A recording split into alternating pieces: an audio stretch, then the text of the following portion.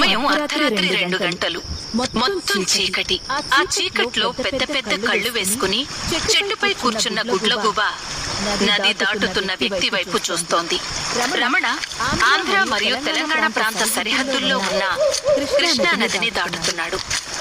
ఆ ప్రదేశం చాలా నిశ్శబ్దంగా ఉండడం వలన నీళ్లు ప్రవహిస్తున్న శబ్దం చాలా క్లియర్ గా వినిపిస్తోంది.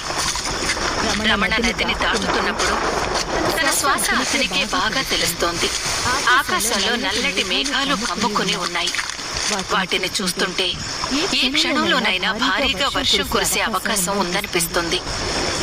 నది చాలా ఉధృతంగా ప్రవహిస్తోంది. రమణ తన వాచీని చూసుకుంటూ బాగా ఆలస్యమైంది. ఇంటి దగ్గర నా ముద్దుల భార్య వసుధ నా కోసం ఎదురు చూస్తుంటుంది అనుకుంటూ చాలా జాగ్రత్తగా ఆ ప్రవహిస్తున్న నీళ్లల్లో నెమ్మది